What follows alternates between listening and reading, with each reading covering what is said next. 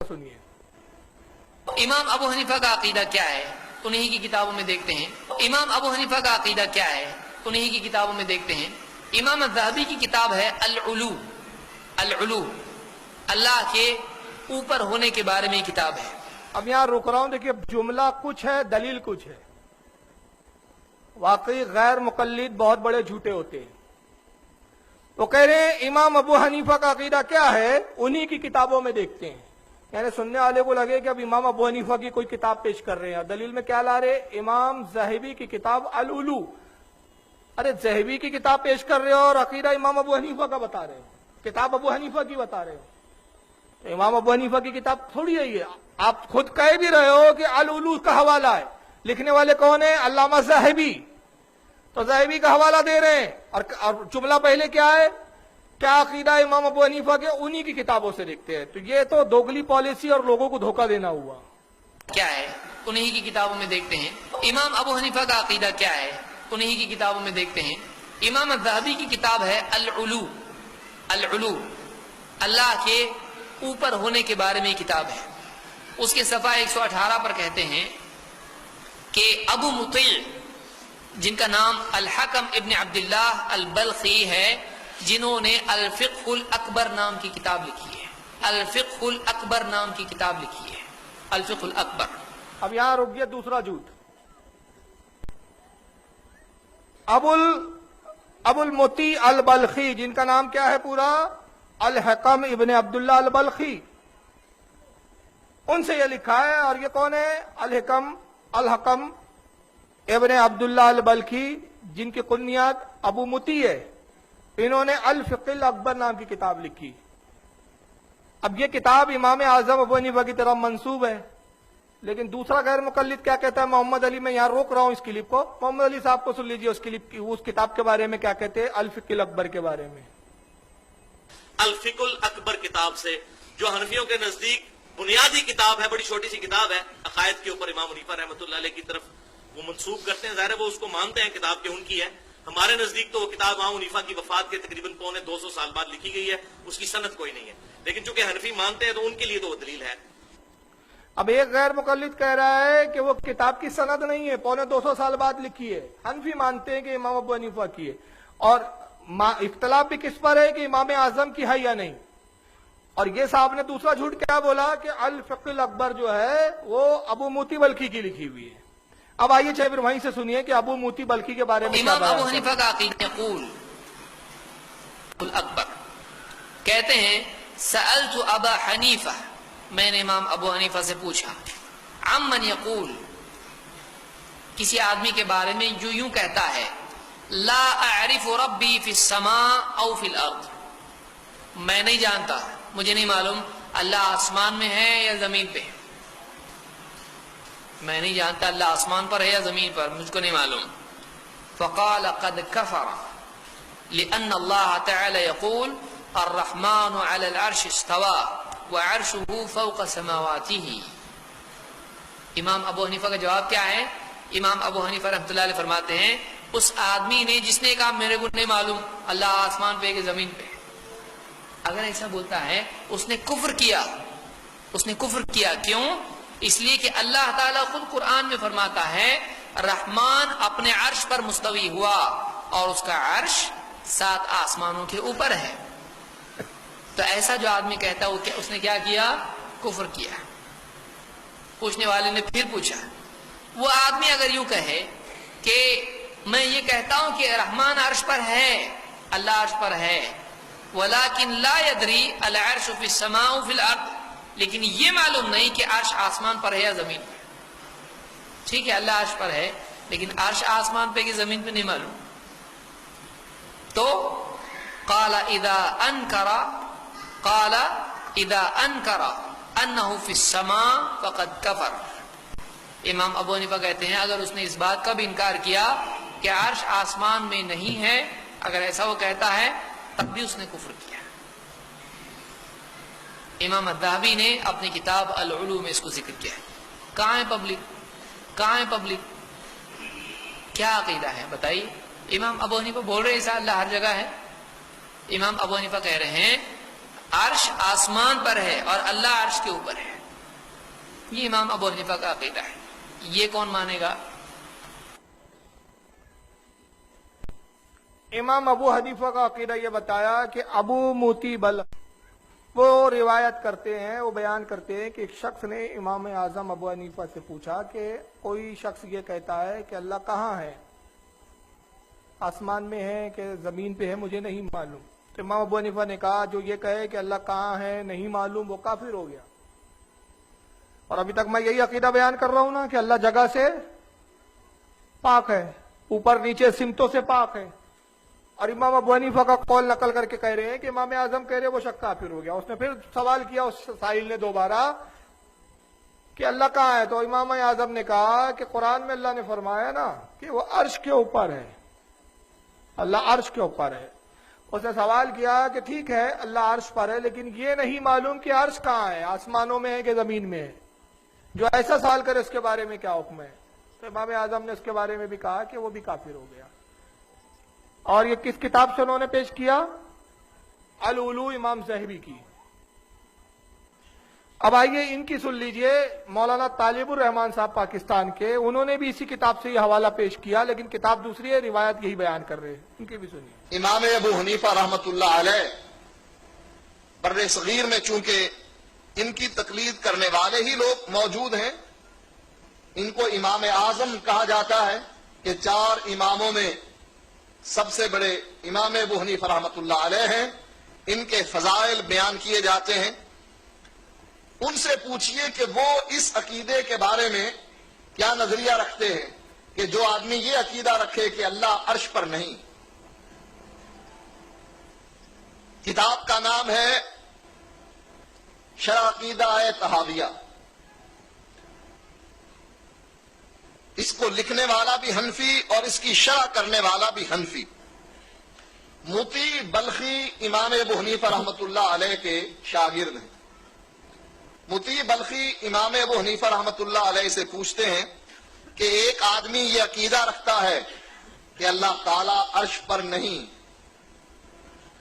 امام صاحب جواب میں فرماتے ہیں فقط کفر، اس آدمی نے کفر کیا جو یہ کہتا ہے کہ اللہ تعالی عرش پر نہیں. موتی بلخی کہتے ہیں کہ اگر وہ آدمی یہ مان لے کہ اللہ تعالی عرش پر ہے لیکن یہ کہے مجھے علم نہیں کہ اللہ کا عرش کہاں ہے، آسمانوں کے اوپر ہے یا زمین کے نیچے ہے، مجھے اس کا علم نہیں، تو امام ابو حنیفہ رحمت اللہ علیہ فرماتے ہیں فَهُوَ کافر، وہ کافر ہے، دائرہ اسلام سے خارج ہے. لِأَنَّهُ أَنْكَرَ هَذِهِ الْآيَةِ، کیونکہ اس نے قرآن کی اس آیت کا انکار کیا ہے کہ الرحمن علی العرش استوى، کہ رحمان عرش پر مستوی. امام دونوں حضرات نے یہ روایت بیان کی، بس اس کی اوپر تھوڑی سی گفتگو پھر اختتام کر دوں گا میں، پھر انشاءاللہ حضرت سے بھی کچھ کلمات حسنہ ہم کو سننے ہیں. دونوں حضرات نے واقعات لفظوں کے ہیر پھیر کے ساتھ بیان کیا، مفہوم ایک ہی ہے. دونوں نے الگ الگ کتابوں کے حوالے دیے. ابو زید ضمیر صاحب نے جس کتاب کا حوالہ دیا وہ علامہ صاحبی کی کتاب ہے العلو. طالب الرحمان صاحب نے جس کتاب کا حوالہ دیا اس کتاب کا انہوں نے نام لیا شرح عقیدۃ الطحاویہ. یہ لکھی ہوئی ہے حضرت امام ابن ابی العز کی. اب آئیے سنیے، دونوں میں روایت بیان کی گئی ابو موتی بلخی سے. سب سے پہلی بات ابو زید ضمیر کی اگر طرف ہم رجوع کر کے بات کریں، العلو کا انہوں نے حوالہ دیا علامہ زیبی کی کتاب کا. تو علامہ زیبی کی تاریخ وصال کیا ہے ذرا وہ سن لیجئے.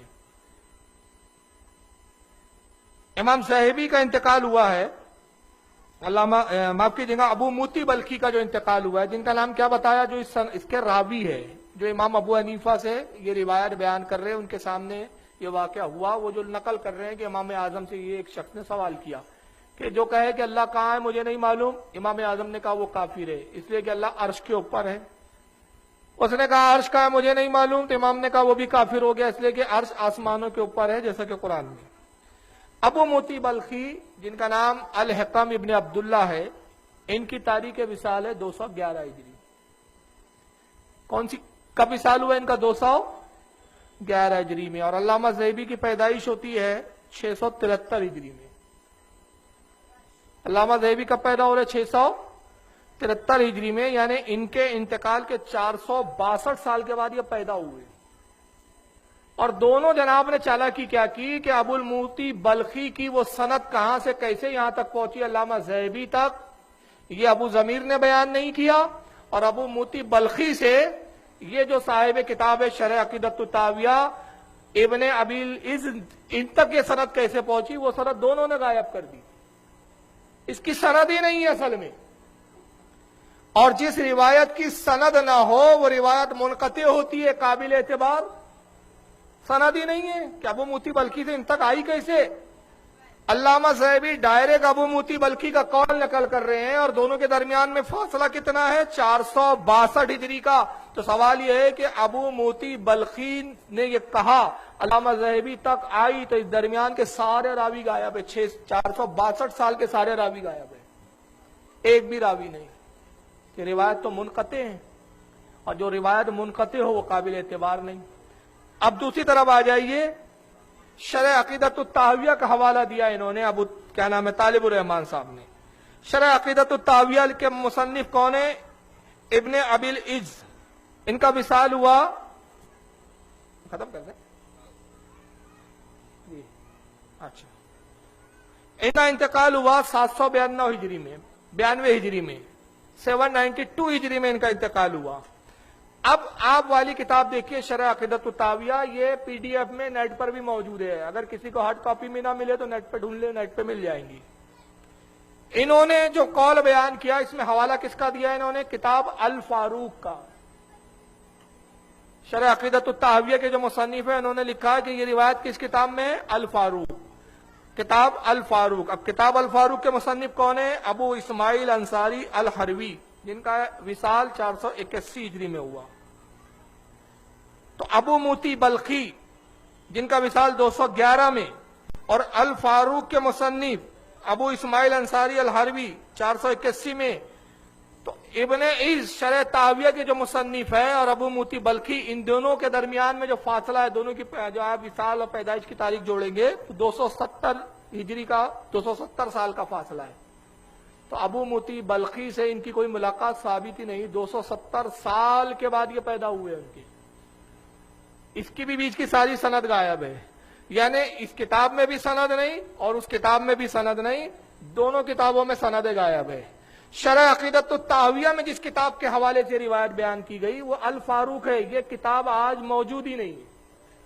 کوئی بھی اہل حدیث اگر جس میں دم خم ہو تو یہ کتاب الفاروق ہم کو دکھا دے، یہ کتاب دنیا سے ناپید ہو چکی ہے ہی نہیں۔